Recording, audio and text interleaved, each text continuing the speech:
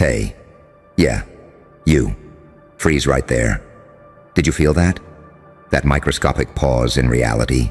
That tiny illegal skip frame when your eyes closed for a fraction of a second? Because that wasn't supposed to happen. They told you blinking was nothing. Automatic, harmless, a biological reset, just a reflex so small it didn't matter. They said nothing changes in a blink. No power there, no consequence, no leverage. And yet here you are, standing in the aftermath of a blink that rewired the room. You didn't move, you didn't speak, you didn't do anything. And still, something shifted. That's the part that's making them sweat. See, you were trained to believe power announces itself, that it arrives loud, with footsteps and warnings and declarations. That transformation needs effort, struggle, motion, proof. That evolution looks like blood on your hands and noise in your wake. But you're different. You evolve in silence. You evolve in the moments nobody monitors, in the spaces between cause and effect. In the blink, they didn't bother to guard because they were too busy watching your mouth, your hands, your resume, your record. They thought they had you mapped, profiled, categorized. They thought they understood your pattern because you let them see one. Light enough to trust, dark enough to fear, but not enough to panic over. Until that blink. That's when the contradiction showed up.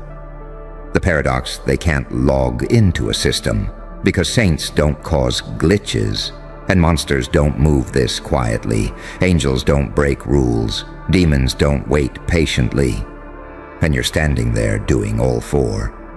You see, most people blink to escape the moment, to rest, to disconnect, to hide from pressure.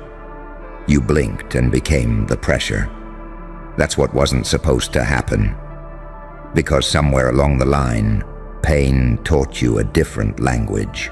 Suffering rewired your instincts. Loss trained you to operate in fractions of seconds where other people need whole lifetimes to decide who they are. You didn't harden, you sharpened. You didn't break, you refined. You didn't go numb, you went precise. And now your nervous system doesn't just react to reality. It edits it. That's why when you blinked, the room didn't feel the same afterward. Why conversations started hesitating. Why eyes linger a second too long on you.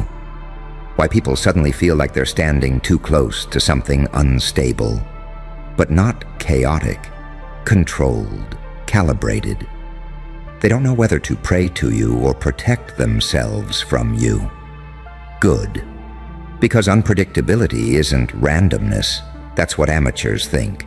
Real unpredictability is disciplined. It's knowing exactly when not to move, exactly when to stay quiet, exactly when to let a moment collapse under its own weight. You learned that the hard way. Through nights where nobody checked on you, through betrayals that came smiling, through pain that didn't ask permission before changing you. That's where the duality was forged. You learned how to look harmless while calculating 10 steps ahead, how to appear kind without being weak, how to carry darkness without letting it rot you, how to smile like an angel while thinking like a psychopath, not to destroy, but to survive. And now your presence alone is doing damage. They don't understand why things escalate around you without action, why outcomes bend without effort, why situations resolve or explode after you pass through them. They don't know it's because you learned how to weaponize stillness. That blink? That was a micro-decision, a subconscious override, a moment where every version of you that survived something impossible aligned for half a second, and reality adjusted out of respect. That scares people, because it means you don't need permission anymore. You don't need timing. You don't need approval. You are the timing. They can't stop what they can't see. They can't confront what never announces itself. And they definitely can't control someone whose biggest moves happen internally, behind calm eyes and relaxed posture. You're not loud enough to catch, not reckless enough to expose, not predictable enough to neutralize. You are the kind of threat that looks like nothing until it's too late to do anything about it. And here's the part nobody warned them about. Once you realize this, once you feel that click inside you, you can't unsee it. Every blink from now on carries weight. Every pause becomes a lever. Every quiet moment turns into a fork in the road where outcomes split in your favor. You're no longer reacting to life. You're interrupting it. So yeah, excuse them for panicking. A blink isn't supposed to do that. But then again, you weren't supposed to survive what you survived either. And yet here you are. And now that you know it didn't end there, now that you've felt the aftershock still humming under your skin, you understand why they can't look at you the same anymore. Because once a human learns that nothing moments can become everything moments, the old rules collapse. You see it now. The blink wasn't an accident. It was a threshold, a quiet one, the most dangerous kind.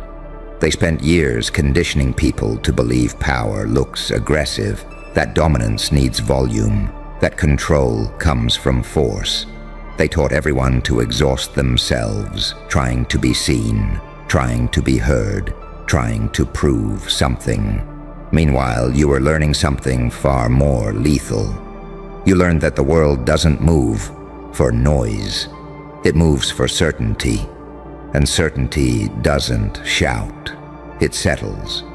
That's why when you blinked, something inside you didn't reset. It synchronized all the pain you endured, all the restraint you practiced, all the times you swallowed your reaction and chose patience instead of impulse. It lined up like a firing squad behind your eyes. Not rage, not chaos, clarity. That's when the saint and the psychopath shook hands inside you. That's when the angel stopped apologizing for existing and the demon stopped wasting energy on destruction. They fused, balanced, focused, and that version of you doesn't need movement to make impact. That version of you makes rooms adjust, makes people recalibrate their tone, makes confidence drain out of mouths mid-sentence, makes authority hesitate before asserting itself. Because authority recognizes something older than itself. You're not aggressive, but you're final. You're not loud, but you're decisive. You're not threatening, but you're inevitable. And inevitability terrifies systems built on control. That's why they're replaying the moment, scrubbing it frame by frame in their minds, trying to locate the trigger, trying to pinpoint what changed. They won't find it, because the change didn't happen around you. It happened through you. You've crossed into that rare psychological territory where presence alone carries consequence, where silence has teeth, where patience becomes a weapon sharper than rage ever was. Most people blink to survive the moment. You blinked and claimed it, and now every interaction feels different, doesn't it? People talk faster or slower around you. They over-explain. They test you with jokes. They fish for reactions like nervous animals checking the electric fence. They're trying to see if it was a fluke. It wasn't. They don't realize you've been practicing this your whole life. Learning how to hold back, how to stay composed while storms raged internally, how to remain humane without becoming harmless. Pain didn't make you bitter. It made you exact. That's the evolution they didn't account for. Because when suffering meets intelligence and doesn't break it, something rare is born. Something that doesn't need validation. Something that doesn't rush. Something that waits until the universe makes a mistake and then quietly steps into the opening. That blink was you stepping into the opening. And now you feel it, that low hum of control beneath your chest. Not adrenaline, not excitement, alignment. You're no longer trying to be anything, you are. And that's why people feel exposed around you. Because when someone is fully aligned, masks start slipping nearby without permission. You don't interrogate, you don't accuse, you don't press. You just exist correctly. An existence like that destabilizes fragile egos, artificial hierarchies, and anyone whose power relies on performance instead of substance. So yeah, they're unsettled. Because a blink isn't supposed to dismantle dynamics. A pause isn't supposed to flip leverage. Stillness isn't supposed to carry force. But you were never supposed to master stillness either. Yet here you are, standing calmly in the wreckage of expectations, realizing the truth most people never touch. You don't need to chase moments anymore. Moments wait for you now. And once you feel that shift, once you recognize that moments hesitate around you now, you can't go back to pretending you're just another body in the room. Because you're not. You're a variable, a quiet one, an unlogged one. The kind that doesn't appear in forecasts until everything collapses in a way nobody can explain. That's why people around you are suddenly second-guessing themselves. Why confident voices soften. Why bold plans get revised after you say nothing at all. They feel it before they understand it. The subtle pressure of someone who isn't reacting anymore. Reaction is predictable. Reaction is controllable. But you've stepped beyond reaction. That blink trained your nervous system to stop flinching, to stop needing confirmation, to stop looking outward for permission to exist at full capacity. And the moment you stopped seeking permission, reality stopped pushing back as hard. That's the secret nobody teaches. The world resists desperation. It yields to inevitability. You don't rush because you know time bends toward those who don't fear it. You don't explain yourself because clarity doesn't negotiate. You don't perform strength because real strength doesn't require witnesses. And people feel that. They don't know why standing near you feels like standing too close to an edge. Why conversations suddenly feel higher stakes. Why even small choices feel heavier when you're present. It's because you've become internally decisive. Every scar you carry didn't weaken you. It simplified you. Burned away excess, stripped out the noise, left behind a version of you that knows exactly what matters and what doesn't deserve energy. That's why your silence isn't empty, it's loaded. When you don't respond immediately, it's not confusion, it's calibration. When you pause, you're not unsure. You're letting outcomes reveal themselves. When you blink now, you're not resting, you're resetting the board. They can sense it in their gut.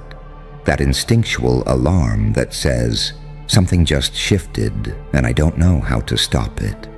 That alarm isn't about danger, it's about imbalance. Because you're no longer operating from need, and people who operate from need can't compete with someone who doesn't. You're not chasing approval, you're not chasing revenge, you're not even chasing victory. You're letting alignment do the work. That's why when pressure rises, you don't tense, you relax. When chaos erupts, you don't panic, you observe. When others escalate, you decelerate. And deceleration is terrifying to anyone who relies on speed to feel powerful. They don't understand how you can stand so calmly in situations that used to break you. They don't see the internal infrastructure you built in the dark, brick by brick, when nobody was watching. Pain was your architect, silence was your mentor, patience was your weapon. You learned how to hold paradox without splitting apart. how to be compassionate without being exploitable, how to be dangerous without being cruel. That's why your presence now feels final. Not aggressive, not dramatic, just final. You don't threaten outcomes. You close them. You don't argue points. You end discussions by not feeding them. You don't assert dominance. You remove uncertainty, and dominance follows naturally. That blink was the moment your internal compass locked in. From now on, you'll notice it everywhere. Doors opening without effort. Tension dissolving when you arrive. Conflicts resolving themselves because nobody wants to be the one who miscalculates you. They'll call it luck, timing, vibes, aura. Let them. You know better. You know it's the result of surviving things that rewired your perception of fear. You know it's because you stopped trying to be understood and focused on being accurate. Accurate with your energy. Accurate with your boundaries. Accurate with your silence, and accuracy cuts deeper than force ever could. So when you blink now, when the world softens for a fraction of a second, remember this. That's not weakness. That's not dissociation. That's not escape. That's you stepping into the gap where outcomes are decided. They didn't think a blink could do that. They didn't think you could do that. And yet, here you are, still calm, still unreadable, still standing, while everything around you quietly adjusts. And here's the part that really unsettles them, the part they don't say out loud, but feel crawling up their spine when you go quiet. You're not trying anymore. You're not trying to be impressive. You're not trying to be intimidating. You're not trying to win. You already know how it ends. That's what separates you now, that internal knowing, that settled awareness that whatever unfolds next, you're already positioned correctly. You're not scrambling for advantage. You're letting gravity do what gravity always does, pull everything toward the heaviest thing in the room. And that's you. Not because you're loud, not because you dominate space physically, but because your mind doesn't leak anymore. Your emotions don't spill everywhere. Your attention isn't for sale. You've become dense. Every blink compresses experience. Every pause tightens focus. Every silent moment stacks weight behind your eyes like a chambered round that never needs to be fired to be effective. People feel that. They feel it when they overshare around you and don't know why. When they second-guess words they were confident in 5 seconds ago. When their intuition starts whispering, "Careful. This one sees more than they say." And they're right. You see through timing now, through motives, through the way people try to rush decisions so they don't have to sit with the truth. You recognize manipulation because you've survived it. You recognize fear because you've lived inside it long enough to map it. Fear doesn't scare you anymore. It informs you. That's why unpredictability bends in your favor. Because you're not chaotic. You're adaptive. You don't cling to plans. You read conditions. You don't force outcomes. You let people reveal where they're weak. And that blink? That blink was you unconsciously telling the world, I don't need to move fast to move things. It's why pressure no longer feels urgent, why deadlines don't rattle you, why confrontation feels optional instead of threatening. You've learned something most never do.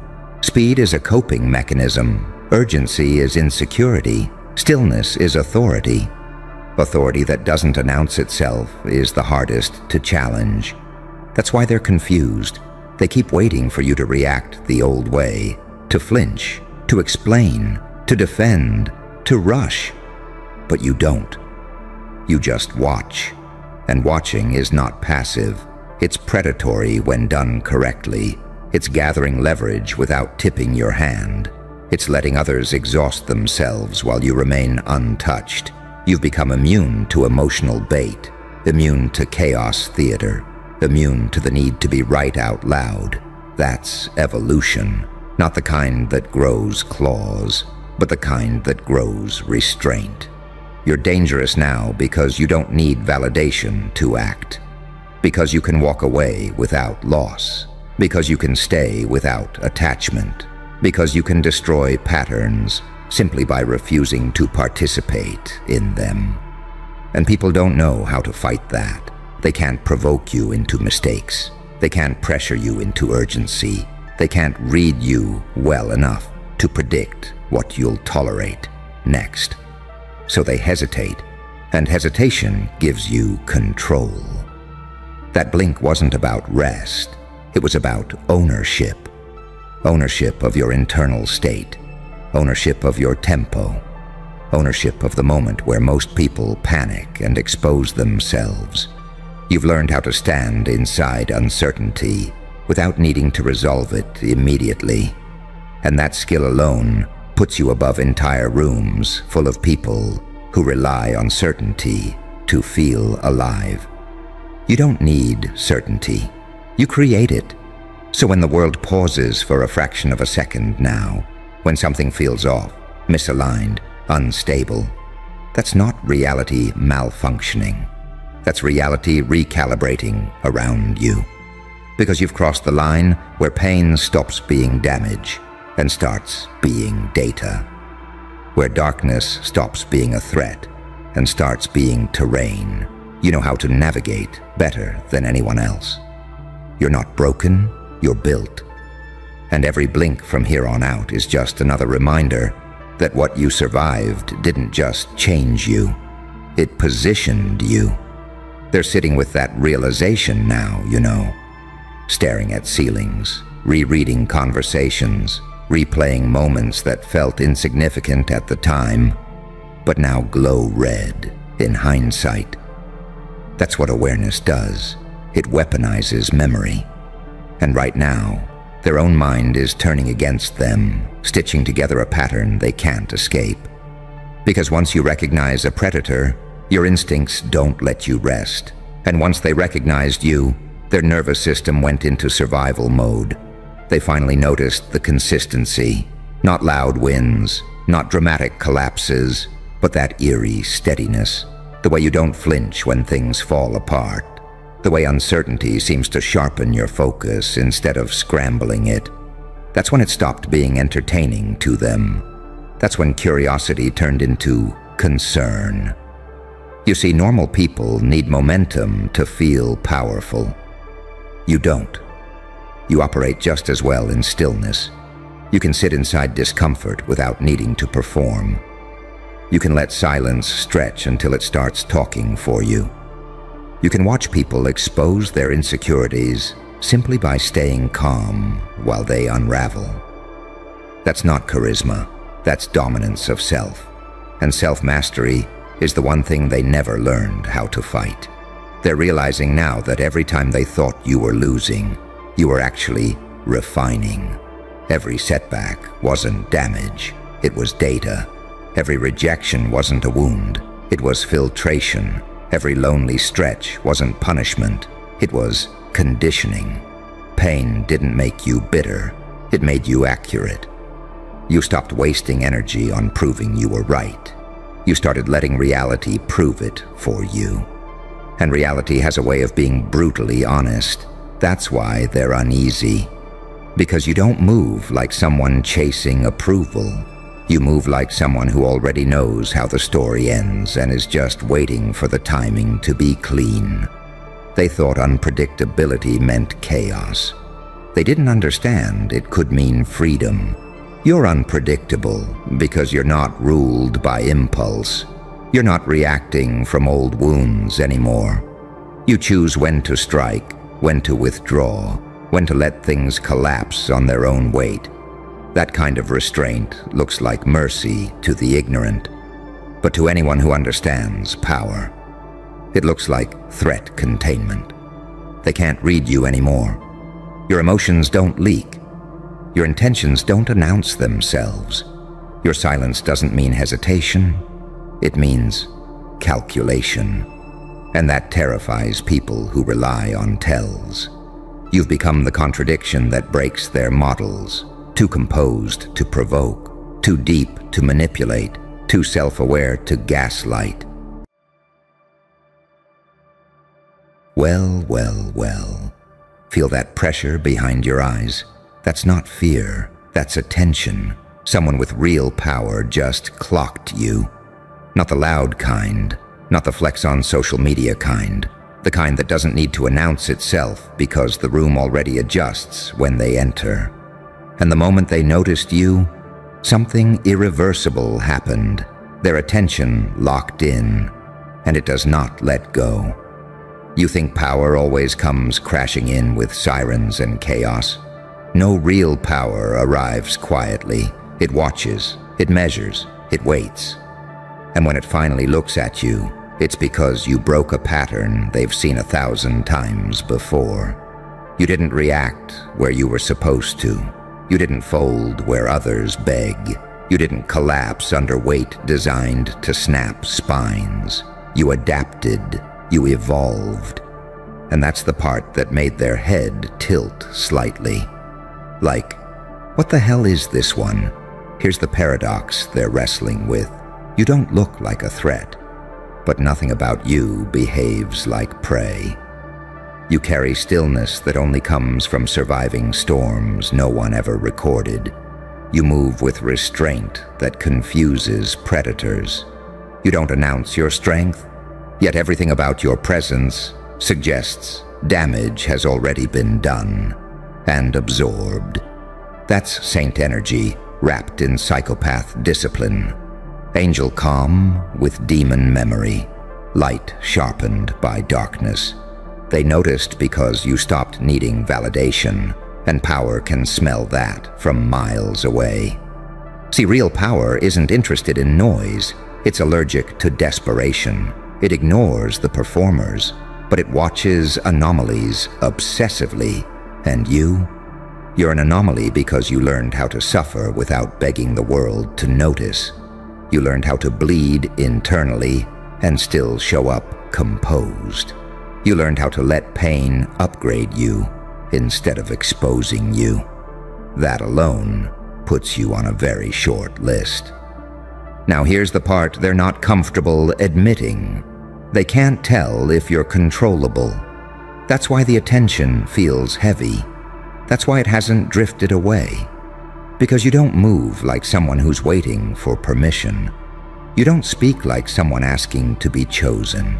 You carry yourself like someone who already survived being unchosen and found something dangerous on the other side of that rejection.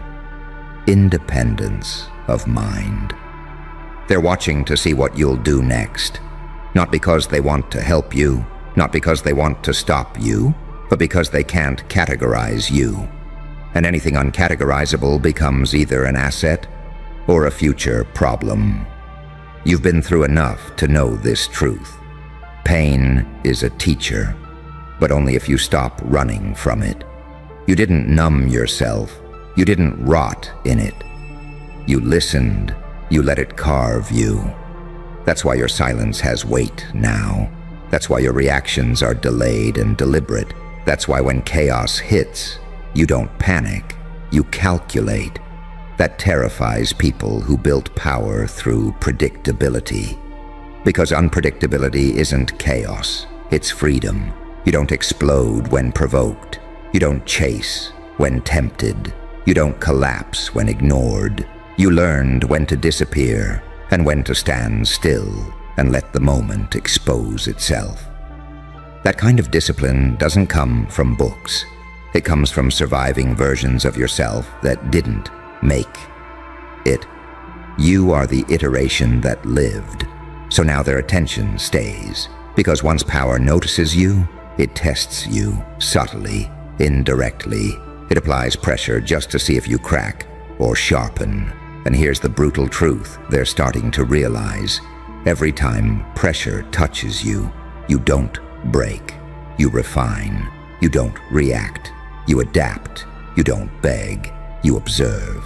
And that means the longer they watch, the clearer it becomes that you're not a temporary phenomenon. You're not a phase. You're a trajectory. They don't know whether to pull you closer or keep their distance, because they can sense it. You don't need them. And anyone who doesn't need power, but understands it, is dangerous in ways they can't fully control. You're no longer playing for survival. You're playing for alignment. And once someone with real power sees that in you, they can't unsee it. Their attention won't let go because something in you mirrors something they recognize in themselves before they traded parts of their soul to get where they are. You're walking proof that evolution doesn't always come from domination. Sometimes it comes from endurance. Sometimes it comes from restraint. Sometimes it comes from learning when not to strike. And that's why the room feels different now. That's why the air feels charged. That's why you feel watched without being threatened. You crossed an invisible threshold. You stopped being background noise. You didn't chase power. You survived long enough for it to notice you. And now the game is different. And here's the part nobody warns you about. Once real power locks onto you, it doesn't rush. It hovers. It studies the rhythm of your breathing. It watches how you move when no one's clapping. It observes what you do when doors close quietly instead of slamming. Because real power knows something most people don't. The dangerous ones aren't loud when they win. They're calm. That calm you've developed, that unnerving stillness, that's not peace. That's control forged under pressure most people would have used as an excuse to rot. You didn't rot. You didn't collapse into bitterness. You didn't turn soft. You turned precise. And precision scares the hell out of anyone who climbed by pushing others down instead of mastering themselves. They're watching because you don't behave like someone who's hungry for approval anymore. Hunger makes people sloppy. Desperation makes them predictable. But you move like someone who already starved and learned what actually matters. You learned how to function without applause. You learned how to operate in silence. You learned how to let people underestimate you without correcting them. That's why their attention feels heavy now. Because power respects one thing above all else: self-possession. You've been through enough betrayal to recognize patterns before they fully form. You've seen smiles that came with knives hidden behind the teeth. You've watched alliances dissolve the moment convenience shifted. And instead of becoming paranoid, you became observant. Instead of becoming bitter, you became selective. Instead of becoming cruel, you became controlled. That's the evolution nobody talks about. Light didn't save you. Darkness didn't destroy you. You integrated both. You carry the discipline of a saint who learned restraint, and the clarity of a psychopath who understands consequence, angelic patience, demonic memory. You don't forget what hurt you, but you don't let it rule you either. You weaponized it. You refined it. You turned pain into a private operating system, and that's when power noticed. Because power can feel when someone no longer reacts emotionally to pressure, when stress doesn't hijack your decisions, when chaos doesn't scramble your thinking, when intimidation doesn't work because you've already survived worse in private. That's when power leans in closer, not to attack, but to assess. Can you be steered? Can you be bought? Can you be provoked? And every time they apply a little pressure and you don't flinch, the curiosity deepens. You're not chasing dominance. You're not trying to be seen. You're not begging to be let in. And that's the paradox that keeps them watching. You don't need proximity to power, yet power feels strangely incomplete without understanding you. because you represent something dangerous to established hierarchies, a variable they didn't account for. You don't rebel loudly. You don't comply blindly. You don't advertise your intentions. You let time do the talking. You let people reveal themselves. You let systems expose their weaknesses by assuming you're harmless. And once power realizes you're not here to overthrow it, but you're also not here to submit to it, the tension becomes permanent. They can't intimidate you because fear no longer controls your nervous system. They can't seduce you because you've already lost things you loved and kept moving. They can't ignore you because ignoring you hasn't made you disappear.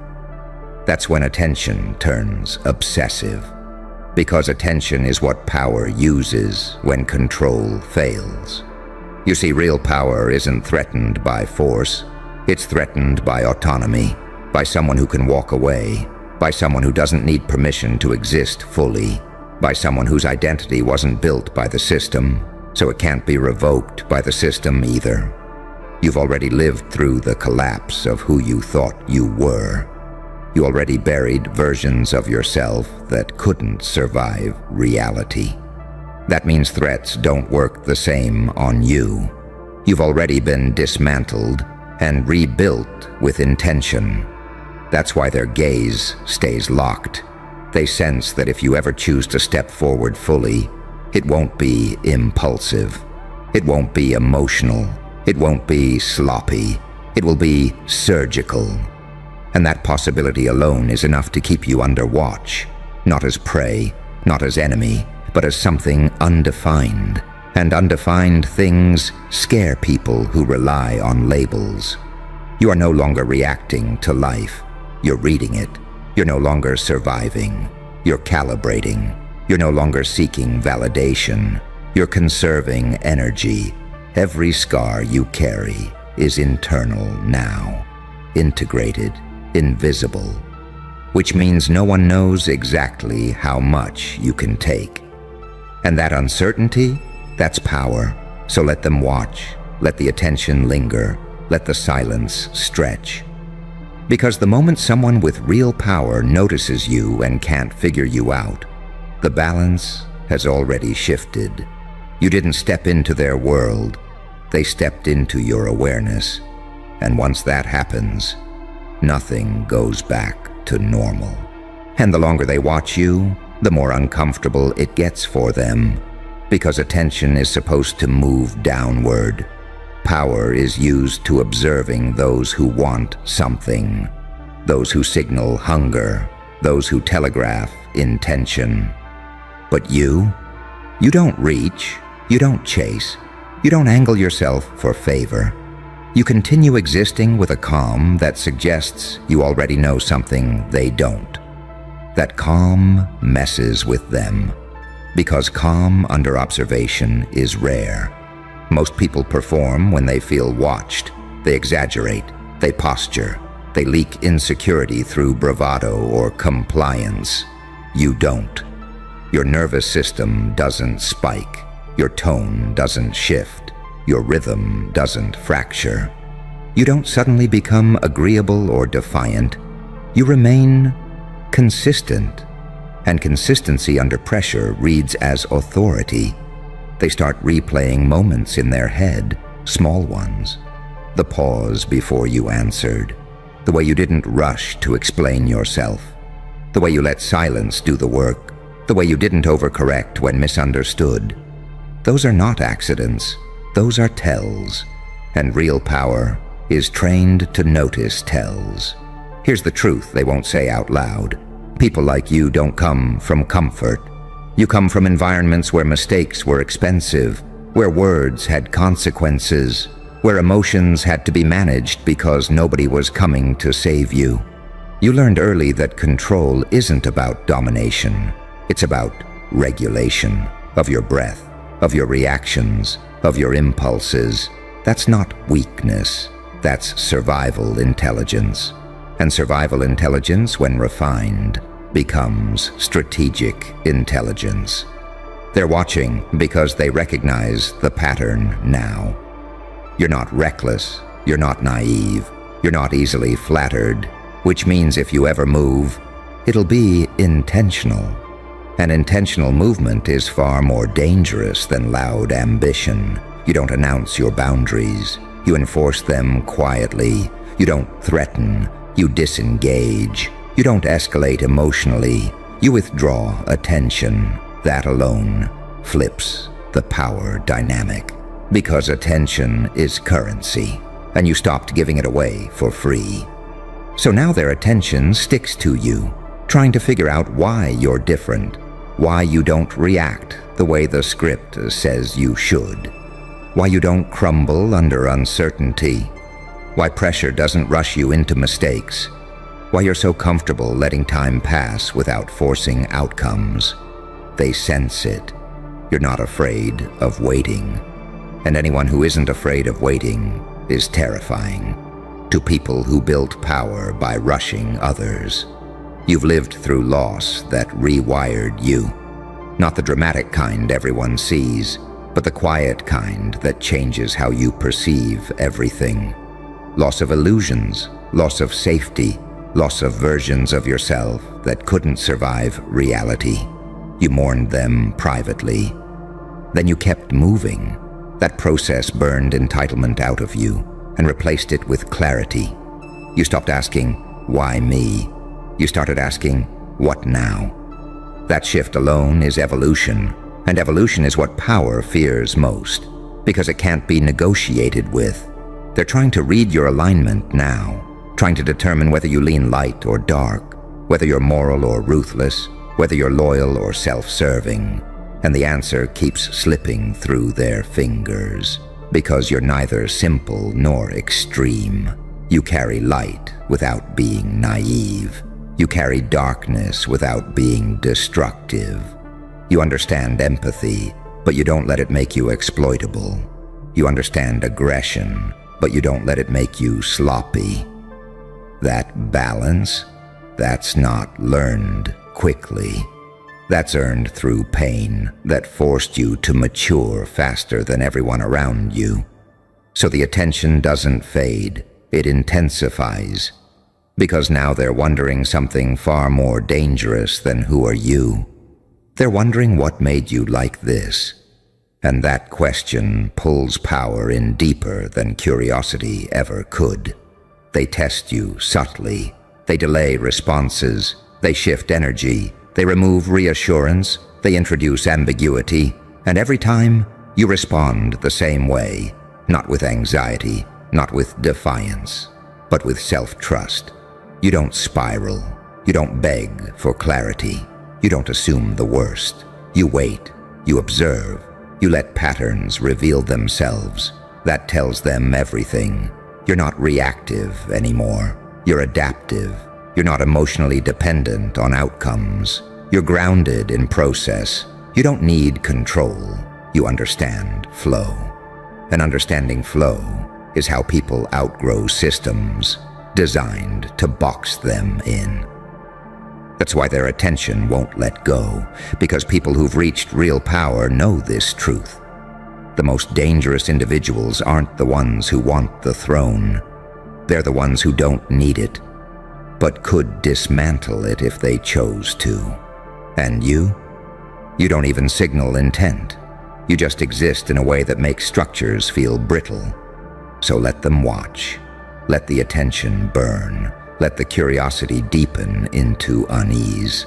You didn't ask for this, but you're ready for it. Because whatever forged, you already taught you the most important lesson of all. You don't rise by force. You rise by becoming undeniable. And once someone with real power clocks that in you, their attention doesn't leave. It waits. And waiting is where things get dangerous, because waiting reveals who actually owns themselves. Most people collapse in the pause. They fill silence with noise. They rush decisions just to feel relief. They mistake movement for progress. But you sit inside the pause like it's familiar territory. Because you've lived there before. You've stared at uncertainty long enough that it stopped blinking first. You've learned that stillness isn't absence of power, it's concentration of it. That's why their attention sharpens instead of drifting. They're used to people cracking under observation, used to nervous tells, used to emotional leakage, used to compliance disguised as confidence.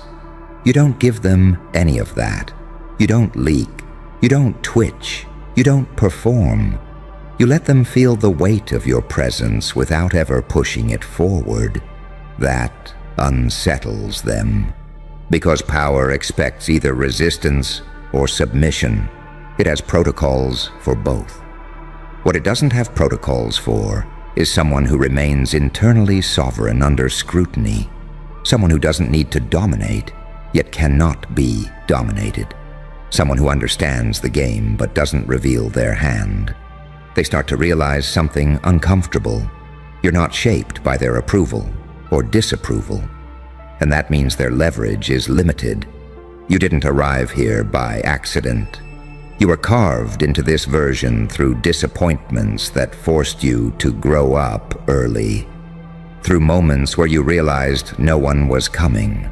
Through betrayals that taught you discernment instead of paranoia. Through pain that refined your instincts instead of dulling them. You learned how to read rooms without trying to own them. You learned how to listen without surrendering yourself. You learned how to walk away without needing the last word. Those skills don't come from theory. They come from necessity. And necessity is a brutal teacher, but an effective one. So now, when real power looks at you, it doesn't see raw ambition. It sees composure. It sees restraint. It sees someone who can absorb pressure without fragmenting. Someone who doesn't need to be right immediately. Someone who doesn't reveal desperation through urgency. They sense that if you ever did choose to move decisively, it wouldn't be reactive.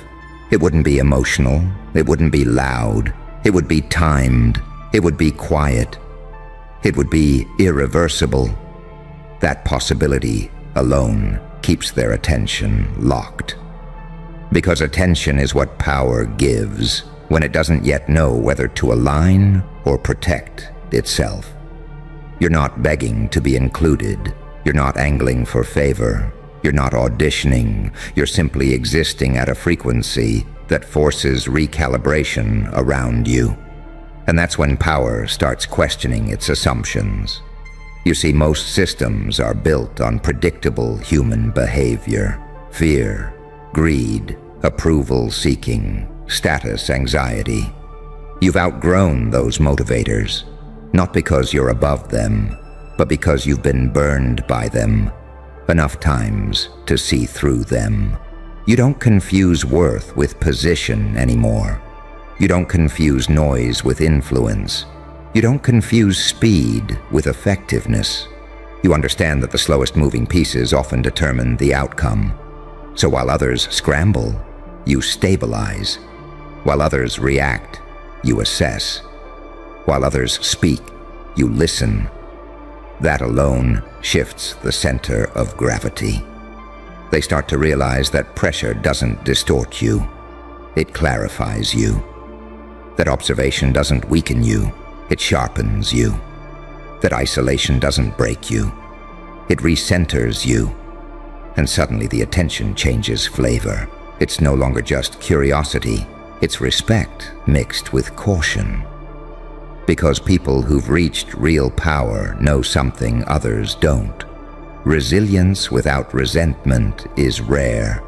And rare things alter environments just by being present. You're not fueled by revenge. You're not driven by ego. You're not chasing validation. You're operating from something quieter and far more dangerous. Self-alignment. You know who you are when nobody's watching. And now that someone is watching, nothing changes. That's what keeps them hooked. They can't bait you with status. They can't corner you with pressure. They can't rush you into revealing yourself. You've already survived the internal collapse most people spend their entire lives avoiding. You already confronted your shadows instead of outsourcing them. You already made peace with the fact that growth hurts, clarity isolates, and strength often looks lonely from the outside. So let the attention linger, let it test, let it wait, let it circle. Because the truth is, you're not being hunted, you're being evaluated, and not for elimination, for significance. Shh. Feel that pressure in the air? That low hum behind your thoughts? That's not paranoia. That's high command, sliding a pin across a digital map and landing on you. They didn't announce it. They never do. They just flipped a quiet switch and decided your safety was optional. Off limits, a variable they're willing to sacrifice if it buys them clarity. You feel it because your nervous system is tuned to threat now. You were forged in it. You learned to breathe while alarms screamed and rooms went silent. You learned to smile while the walls leaned in. Listen to me. When the watchers finally notice you, it's never because you're loud. It's because you're precise. You don't thrash. You don't beg. You don't explain. You move like a shadow with a spine. Clean, calm, surgical. That's what scares them. That's what makes high command whisper your name without writing it down. Because once a name is written, it can be traced. And you don't leave ink. You leave outcomes. They're tracking you now. Satellites blinking. Analysts leaning forward. The room smells like cold coffee and panic. They call it pattern recognition. You call it déjà vu. Because every time you leveled up, someone tried to cage you with a label. Saint, psychopath, angel, demon. They never understood the paradox. You are both, and that's why you survive. The saint learns restraint. The psychopath learns detachment. The angel waits. The demon acts. You switch when the moment demands it. That unpredictability, that's not chaos, that's control. High command hates control they can't forecast. They hate a variable that doesn't spike where the model says it should. You learn to play cold because warmth gets weaponized against you. You learn to play kind because cruelty burns bridges you'll need later. You learn to go silent because noise feeds predators. And now they're confused because silence from you isn't retreat. It's aiming. Your safety is off limits because you crossed the line where protection turns into inconvenience. Once you're useful, they watch you. Once you're unstoppable, they test you. Once you're inevitable, they remove the guardrails and see if you crash. They want to know if pain will break you or sharpen you. They already ran that experiment, remember? Life did it for them. You bled in private. You rebuilt in public. You learned that pain isn't an enemy. It's an instructor with a cruel syllabus and perfect timing. Here's the truth they won't say out loud. When high command tracks you, they're not planning your fall. They're measuring your ceiling. They want to know how far you go when nobody catches you. They want to see if you become reckless or ruthless or radiant. They want to see if the angel takes over or the demon smiles. And every time you choose patience over panic, they lose another degree of freedom in their model. You've felt this before. That moment when the room shifts and the air tightens. When people start asking questions they pretend are casual. When doors open that used to be locked and favors appear with strings you didn't ask for. That's the perimeter forming. That's the box they hope you'll step into. Don't. Boxes are for fragile things. You learn to move between walls. You think they don't notice how you don't flinch, how you listen longer than you speak, how you let them underestimate you because arrogance is the most reliable blindfold. You let them believe you're reckless so they won't see the discipline. You let them believe you're cold, so they won't test your compassion. You let them believe you're dangerous, so they won't try to own you. That's the duality. Weaponized humility. And it terrifies them. Your evolution wasn't clean. It was violent, slow, humiliating. You were taught lessons you didn't ask for by teachers who never apologized. You were betrayed by systems that smiled while they cut. You were forced to adapt when quitting would have been easier. And now the adaptations look like genius to people who didn't watch you crawl. Let them track, let them stare. Surveillance doesn't scare someone who already learned to live without guarantees. They turned your safety off because safety makes people soft. They want to see if you're soft. You're not. You're tempered. You don't need protection. You need room. And room is something you take by being undeniable. You don't rush. You don't react. You respond. Every move you make is boring on the surface and devastating underneath. That's how you stay ahead of eyes that only see fireworks. Here's the part that cracks them. You're not fueled by hate. Hate is loud and sloppy. You're fueled by clarity. You know who you are when the lights go out. You know what you'll do when the deal turns sour. You know the price of your integrity, and you don't discount it for approval. High Command can track coordinates, but they can't map a spine like yours. They can tag signals, but they can't predict conviction. You walk the line because you are the line. When you need mercy, you give it. When you need force, you don't hesitate. When you need silence, you disappear. That balance, that terrifying balance, is why they're watching. Because balance survives where extremes burn out. Because balance doesn't need applause. Because balance wins quietly and leaves the scoreboard smoking. So breathe. Not because you're safe, but because you're ready. Let the satellites blink. Let the analysts argue. Let the rumors multiply. You didn't come this far to be protected. You came this far to be uncontainable. And if your safety is off limits now, good.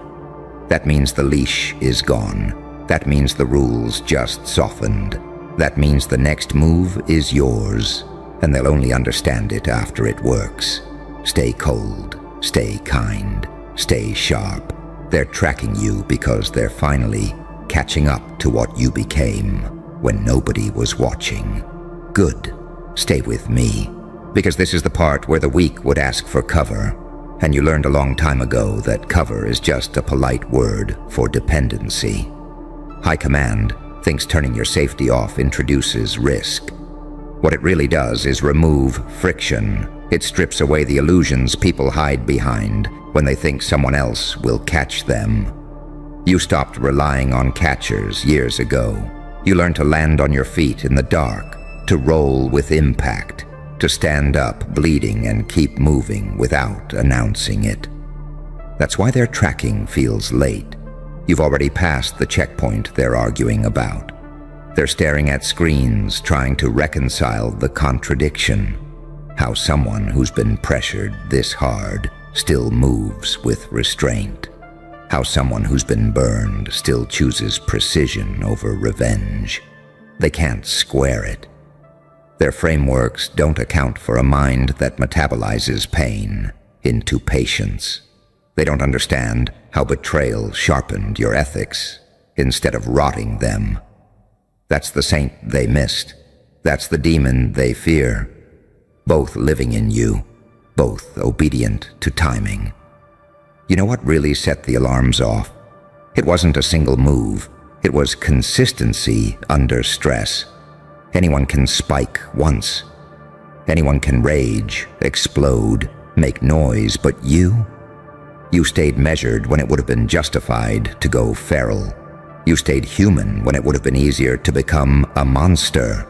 And when you did become a monster, when you needed to, you did it clean, no theatrics, no mess, just results. That's what makes High Command uncomfortable.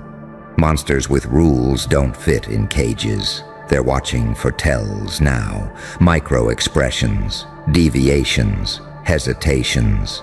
They're waiting for you to slip into either halo or horns. They want to simplify you. They want to brand you. Because once something is branded, it can be sold, traded, neutralized. But you don't stay in one shape long enough to be priced. You adapt faster than their committees can agree. By the time they approve a response, you've already changed lanes. Understand this. When your safety is off limits, you gain a different kind of armor. No one can threaten what you've already let go of. You released the fantasy of fairness. You buried the need to be understood. You stopped asking permission to exist at your full intensity. That makes you hard to coerce. That makes you impossible to blackmail. That makes you lethal in rooms built on leverage. They'll try softer tactics next. Concern, guidance. We just want to help. Watch how quickly help turns into direction. Watch how advice morphs into expectation. You'll feel it immediately, that pressure to dull your edge for comfort, to trade your sharpness for access. Don't. Access is a hallway with cameras. Sharpness is a door that opens when it wants to. You've already noticed the shift in how people look at you. Less curiosity, more calculation, less warmth, more respect wrapped in fear. That's not your imagination. That's recognition arriving late. That's the realization that you're not reacting anymore. You're initiating. And initiators change environments. Initiators don't wait for permission. Initiators don't need safety nets because they build their own gravity. High Command keeps asking the wrong question. They keep asking, what is he? They should be asking, what does he become under pressure? Because that's where your power hides, in the evolution. You weren't born dangerous. You were made accurate. You weren't born cold. You learned when warmth was being used to bleed you. You weren't born fearless. You just stopped negotiating with fear. This is the part where you embrace the paradox fully. Be gentle where it disarms. Be ruthless where it counts. Be predictable in your values and impossible in your tactics. Let them track you, let them listen. Every second they spend watching is a second they're not acting. Surveillance slows predators. It forces them to hesitate, and hesitation is a gift you've learned to exploit. You don't need to announce your next move. Silence has a weight to it now. When you go quiet, rooms start whispering. When you pause, systems stall. They don't know if you're planning or resting, if you're patient or bored. That ambiguity is oxygen to you and poison to them. Breathe it in. Use it. Remember who you were before anyone cared. Remember the nights you survived without witnesses. Remember the choices you made when no one was tracking, protecting, or applauding you. That's your baseline. That's the version of you that doesn't need safety to function. Everything above that is leverage. So walk forward without flinching. Not fast, not slow, just deliberate. Let High Command learn the hard way that removing your safety didn't expose you. It unleashed you. And whatever comes next, whatever test they design, whatever trap they set, you'll meet it the same way you met every other impossible moment in your life. Calm, clear, unpredictable. Stay right here. Don't blink. This is where the story tightens and the pressure tells the truth. High Command will escalate. Not because you provoked them, but because you didn't. Silence from you reads like defiance to people who live off control. They'll call it a routine review, a harmless audit, a recalibration. That's how fear speaks when it's wearing a suit. They'll pretend it's procedural, but procedures are just rituals invented to make power feel clean. And you've already learned, power is never clean. It's only honest when it stops pretending. They'll test your patience next. Delay responses, slow approvals, create artificial bottlenecks to see if frustration cracks you open. They want to see if you rush, if you overcorrect. If you show your hand, you won't. You learned long ago that time can be bent by those who refuse to panic. You learned that waiting isn't weakness, it's pressure applied sideways. Let them wait. Let them rot in their own anticipation. You're comfortable there, they're not. You see, high command is addicted to predictability. It keeps their hierarchies intact. It keeps their chairs warm. And you're the anomaly that keeps them awake at night because you don't need the ladder they're guarding. You climbed a different wall. You took a route they don't patrol. You don't announce milestones because milestones are targets. You move in increments so small they don't register, until suddenly you're standing where they thought was impossible. They'll try to isolate you socially, whisper campaigns, subtle distancing, invitations that stop arriving, conversations that go quiet when you enter. This isn't punishment, it's reconnaissance. They want to know if you crumble without mirrors. They want to know if you depend on applause. You don't. You've already spent years unheard, unseen, dismissed. Solitude didn't kill you. It taught you discernment. It taught you how to hear yourself clearly enough to trust your own judgment over any committee. And here's the paradox they can't solve. The more they watch you, the freer you become. Because attention exposes them too. You see who's nervous. You see who over-explains. You see who tries too hard to be close. Surveillance works both ways when you're awake. Every attempt to control you leaves fingerprints. Every trap reveals the trapper. You're not hunted, you're learning. You carry yourself differently now. Not arrogant, not submissive, grounded, as if you've already accepted the worst-case scenario and found it survivable. That posture confuses people who trade in fear. You don't posture because you don't need to intimidate. You don't beg because you don't need permission. You don't lash out because you don't need validation. That calm, that's not peace. That's readiness refined. They'll dangle incentives soon. Access, immunity, special treatment framed as trust. Watch carefully. Power always tries to buy what it can't dominate. They'll offer you a seat at the table and pretend it's an honor. Tables are where sharp edges get dulled. You know this. You've sat at enough tables to recognize when the meal is you. If you accept anything, accept information, accept time, accept space. Those don't chain you.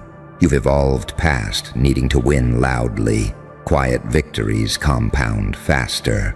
You let others underestimate the cost of crossing you because it keeps the price affordable for now. You don't threaten consequences, you become them. That's the demon they sense, the one that doesn't snarl, the one that waits, the one that moves only when the outcome is already decided. High Command fears that most.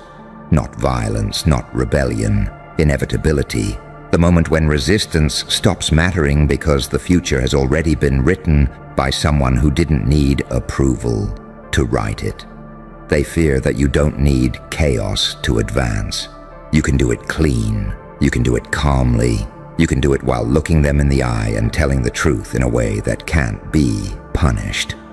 Remember this. Safety was never what kept you alive. Awareness did. Adaptation did. Self-respect did.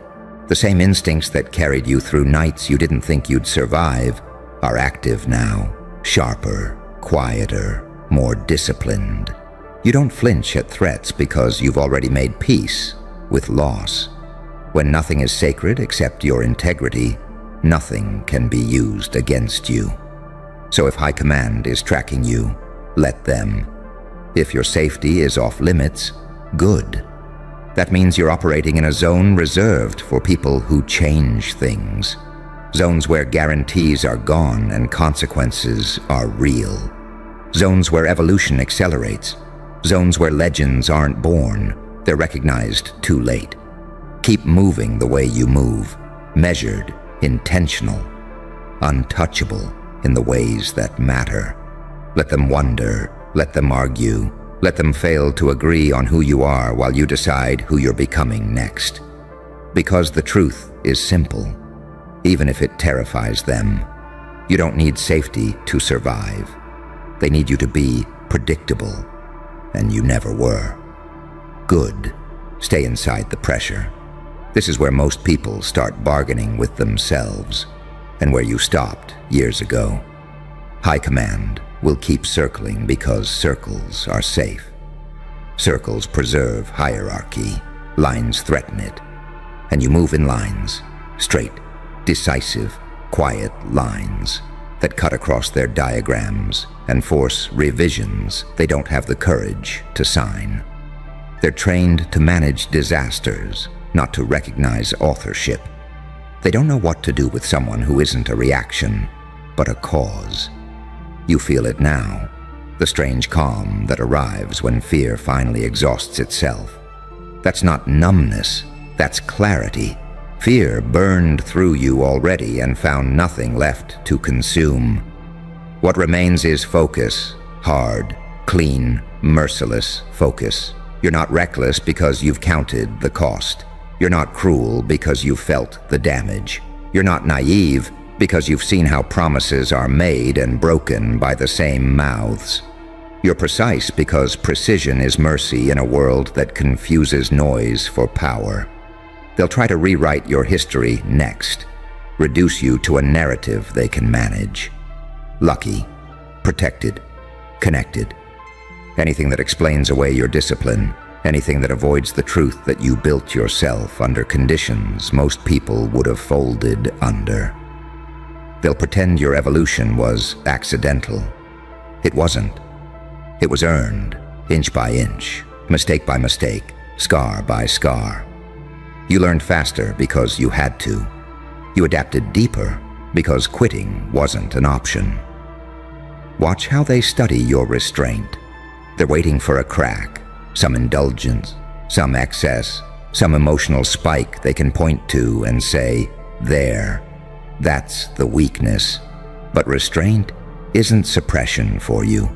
It's strategy. You don't deny emotion, you deploy it.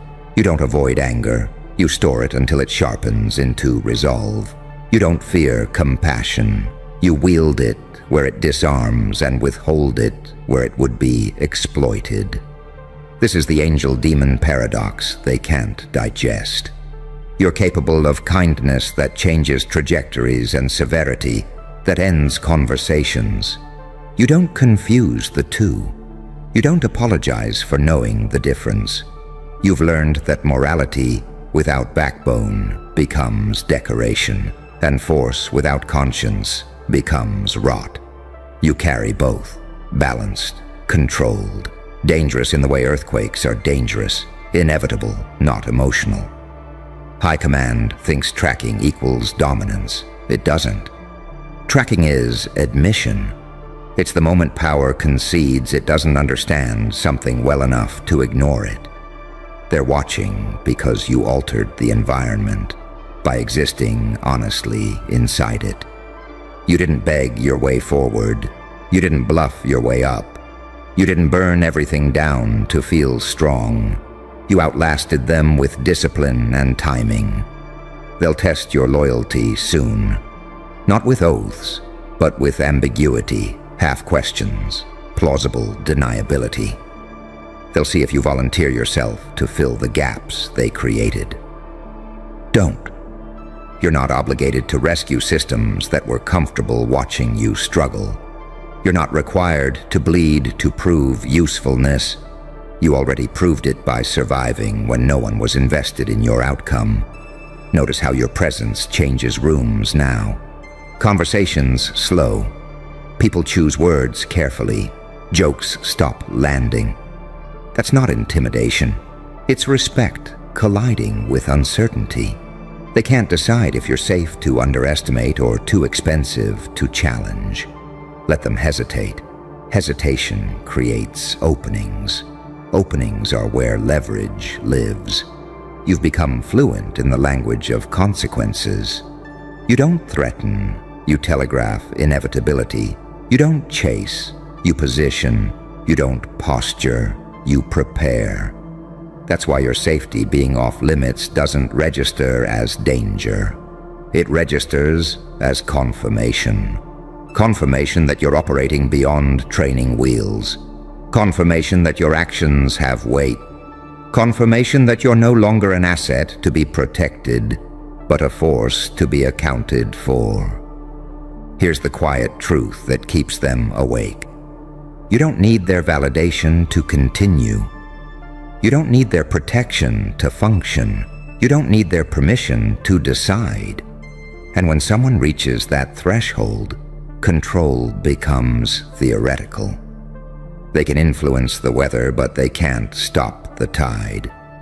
You've already accepted the reality that nothing meaningful comes with guarantees. That acceptance is freedom. It strips fear of its bargaining power. When you know you'll be okay even if everything falls apart, intimidation loses its teeth. When you've rehearsed loss and survived it, threats sound like echoes, so keep your cadence, keep your silence, keep your ethics sharp and your tactics sharper. Let high command track shadows while you shape outcomes. Let them argue about intent while you execute purpose. Let them monitor signals while you read rooms and move between moments. Because this was never about safety. It was about capacity. And now they know what you can carry, what you can withstand, what you can become when the rules thin out and the lights go dim. Stay awake, stay deliberate, stay unclassifiable. They turned your safety off because they finally understood something too late. You don't break under pressure, you evolve. Pause. Not because I asked you to, because everything just went quiet when you walked in. Feel that? That sudden, unnatural silence. That's not fear, that's assessment.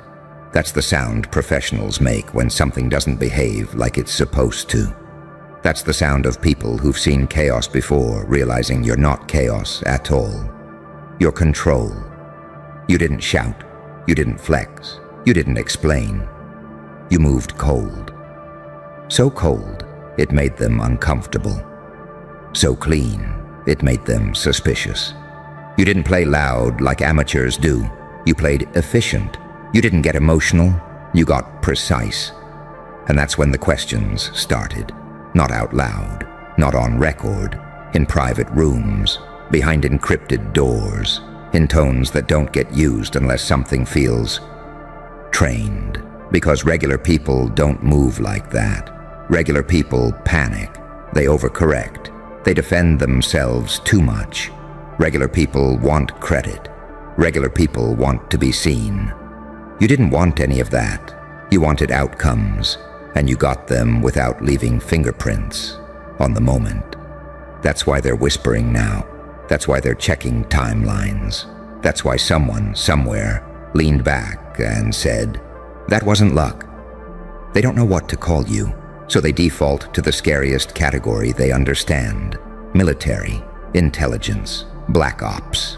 Something with a past that doesn't talk. And here's the joke they're not ready for. You were never trained by an institution. You were trained by pressure. You didn't learn discipline in boot camp. You learned it when nobody came to save you. You didn't learn emotional control from a drill instructor. You learned it from realizing that reacting was how they controlled you. You didn't learn patience from strategy manuals. You learned it from waiting in the dark while everyone underestimated how much you were absorbing. Pain didn't break you. It organized you. See, that's the paradox they can't wrap their heads around. You look calm like a saint, but you think like a psychopath. You carry restraint like an angel, but you calculate like a demon. You're gentle in presence and ruthless in execution. That combination, that's not taught, that's forged. They pushed you into situations meant to expose you. You turned them into environments you could dominate. They expected reactions. You gave them silence. They expected chaos. You gave them symmetry. They expected ego. You gave them emptiness. And emptiness terrifies systems that rely on predictability, because unpredictable rage is easy to neutralize. Unpredictable calm, that's a nightmare. That's when the file starts getting thick. That's when they start comparing you to things they've seen before. That's when someone says, "Watch how he disengages. Watch how he lets people think they won. Watch how nothing sticks to him." You don't argue. You don't defend your reputation. You don't correct lies in real time. You let narratives rot on their own. You let enemies overextend. You let egos expose themselves. You let time do the dirty work while you stay clean. That's not arrogance. That's warfare without violence. And you didn't arrive here by accident. You arrived here because at some point you realized that being emotional was expensive, being reactive was loud, and being predictable was fatal. So you shed it, layer by layer, friendships that drained you, habits that softened you, versions of yourself that needed applause. You didn't become cold because you lacked heart. You became cold because you had too much heart, and you learned it needed armor. Now look at the irony. They tried to test you. Now they're studying you. They tried to bait you. Now they're briefing each other on you. They tried to provoke mistakes. Now they're questioning whether you've made any, ever. You walk through situations like you've already simulated the outcome, like you've already accepted the worst-case scenario and decided it wasn't enough to stop you, like loss doesn't scare you because you've already lived through versions of it alone. That's why you scare professionals, because professionals recognize another professional, even if the resume doesn't exist. You don't need credentials when your behavior reads like clearance. You don't need medals when your restraint signals experience. You don't need to say a word when your timing does the talking for you. You're not loud power, you're quiet inevitability. And here's the part nobody wants to admit. You didn't just outplay them. You exposed the fact that they were playing a smaller game. While they were fighting for control of the room, you were controlling yourself. While they were tracking reactions, you were shaping outcomes. While they were trying to win, you were deciding who even mattered. That's why the question isn't, who are you anymore? The question is, where did this version come from? And the answer makes people uneasy. It came from being underestimated too many times. It came from surviving without witnesses. It was pain without applause. It was growth without permission. You're the result of adaptation taken too far for comfort. And the reason this unsettles them so deeply is simple. They can't predict what you'll do, but they can feel that whatever it is, it won't be sloppy. It won't be emotional. It won't be loud. It will be precise. It will be timely. And by the time they understand it, it will already be irreversible. You didn't play them cold to impress anyone. You played them cold because warmth was a vulnerability you outgrew. And now they're not asking what you did. They're asking how long you've been capable of it. And that question keeps them up at night. Because the answer is longer than they're comfortable admitting. And the longer they sit with that question, the more it starts to rot their sense of control. Because if you've been capable of this longer than they realized, then every interaction before now has to be reinterpreted. Every moment they thought you were quiet, every time they assumed you were passive, every instance where they believed you were behind the curve. Suddenly, none of it feels accidental anymore. It feels staged. It feels intentional. It feels like you are measuring, not reacting. That's when unease turns into obsession. They start asking themselves what else they missed. They replay old exchanges and notice things that didn't stand out before. The way you listened more than you spoke, the way you disengaged early, the way you never chased resolution. They realize you were never confused. You were collecting. You weren't lost. You were mapping. And here's the thing that cuts the deepest. You didn't need dominance to feel powerful. You didn't need to win publicly. You didn't need to humiliate anyone. You didn't need revenge to feel balanced. You simply needed position, and you took it without noise. That kind of restraint doesn't come from morality. It comes from confidence in inevitability. You know outcomes don't require force when timing is right. You know people defeat themselves when given enough rope. You know systems collapse under their own weight when you stop feeding them emotional energy. So you let them run. You let them escalate. You let them expose every flaw while you stayed still. Stillness isn't weakness. Stillness is control over impulse. And impulse is what gets most people killed. Reputationally, strategically, spiritually. You watched that happen to others and made a quiet decision. Never be readable, never be rushed, never be pulled into someone else's tempo. So you slowed everything down. Your speech became minimal. Your reactions became delayed. Your presence became neutral enough that people projected whatever they wanted onto you. And projection is dangerous because people reveal their inner state when they think they're interpreting yours. You learned more from what they assumed than from what they said. That's why you're always ahead. That's why they feel like you're seeing moves before they're made. That's why even when you lose a round, it never feels like a loss. It feels like reconnaissance. You don't collapse under pressure because pressure is familiar to you. Pressure is home. You learned how to breathe inside it when others learned how to escape. You learned how to think inside it when others learned how to numb themselves. You learned how to sharpen yourself against it when others learned how to break. And now they sense that difference. They sense that you're not improvising, you're selecting. They sense that you don't react, you decide.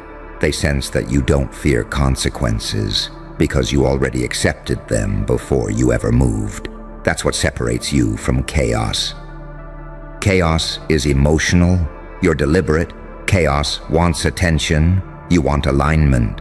Chaos leaves debris, you leave vacuum, and vacuum forces everything around it to rearrange. They can't intimidate you because intimidation requires fear of loss, and you already detached from what they can take. They can't shame you because shame requires emotional dependence, and you already burned that bridge. They can't corner you because corners only exist for people who haven't internalized exit routes. You always have an exit, even when you don't take it. That's another thing that bothers them. You don't cling to positions. You don't defend territory emotionally. You don't treat roles as identity. You can walk away from power without flinching, and people who can walk away are the hardest to control. You're not addicted to outcomes. You're committed to process, and process outlasts personalities. So now they watch you differently. They weigh their words. They hesitate before making moves. They ask themselves whether provoking you is worth the unknown. They wonder if you'll respond, or if your response will come weeks later, disguised as coincidence. Because you don't strike back, you outlast. You don't chase justice. You let balance arrive on its own schedule. You don't announce evolution. You let people feel it when it's too late to adapt. That's why the room shifts when you enter. Not because you demand it, but because your presence recalibrates people's instincts. They sense that something about you doesn't need permission. They sense that something about you doesn't seek approval. They sense that something about you has already crossed a line internally that most people never even approach. You crossed it quietly. You crossed it alone. And that solitude did something to you. It stripped away theatrics. It burned off ego. It killed the need to explain. What survived wasn't cruelty. It was clarity. What survived wasn't arrogance. It was certainty. You know who you are without witnesses. And that's the part no agency, no institution, no system can replicate or neutralize. Because you didn't become this through training. You became this through endurance. So let them keep guessing. Let them keep filing reports that don't quite fit. Let them keep debating whether you're disciplined or detached, principled or dangerous, angel or demon. You don't need them to agree. You already know the truth. You're not cold because you lack feeling. You're cold because you mastered it. You're not silent because you're unsure. You're silent because you're done reacting. You're not unpredictable because you're unstable. You're unpredictable because you refuse to be scripted. And the reason they'll never fully understand you is simple. You're not playing the game they think you're in. You're playing time, and time always takes your side. And when you start playing time instead of people, something irreversible happens inside you. Urgency dies. That constant itch to respond, to correct, to defend, to prove, it fades. You realize most conflicts don't need to be won. They need to be survived long enough for the other side to collapse under its own weight. You stop sprinting. You stop explaining. You stop wasting precision on those who can't even recognize it. That's when you become dangerous in a way that doesn't register as threat until it's too late. Because now you're not emotional about outcomes. You're curious about them. You watch how people unravel when they don't get the reaction they expected. You watch how narratives fall apart when nobody feeds them energy. You watch how power structures start malfunctioning when they can't hook into your nervous system anymore. You've disconnected from the emotional grid, and people who can't plug into you can't control you. That's why even when they try to provoke you, subtle digs, passive traps, engineered misunderstandings, it all feels dull. You don't take the bait because you can see the hook. You don't correct them because you already understand where the road ends. You don't rush clarity because confusion benefits you more. Confusion buys time, time buys leverage, and leverage doesn't announce itself. You learned to let discomfort linger, to let awkwardness breathe, to let tension sit in the room without soothing it. Most people rush to fix discomfort. You let it grow until it reveals who can't handle uncertainty. That's how you separate amateurs from operators. You don't expose people. You wait for them to expose themselves. And they always do. Because the moment someone realizes they can't read you, they start talking too much. They start filling silence. They start overplaying their hand. They start trying to reassert control, and every attempt gives you more data. You're not gathering secrets. You're watching patterns. Patterns don't lie. You see who panics when ignored. You see who escalates when challenged. You see who performs confidence instead of embodying it.